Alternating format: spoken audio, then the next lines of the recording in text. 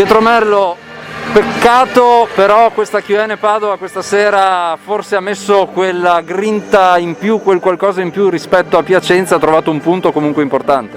Sì, è un'ottima cosa da vedere il fatto che comunque ci sia una reazione.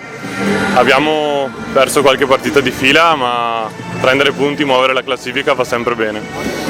È mancato qualcosina, veramente poco, potevamo forse prenderne 2 al posto di 1, ma è andata bene così, poteva andare meglio. Comunque per quanto riguarda Padova sembra che dalla gara con Piacenza cosa è successo? Forse avete trovato anche più respiro, cioè più giorni per potervi allenare probabilmente. Sì, abbiamo avuto un periodo in cui ci siamo allenati poco e giocato tanto, fortunatamente il periodo è finito, adesso abbiamo messo 2 o 3 settimane di fila di allenamenti costanti. In allenamento vedo che il gruppo si diverte, che penso sia una cosa molto importante in una squadra e speriamo che i risultati si vedano sempre di più.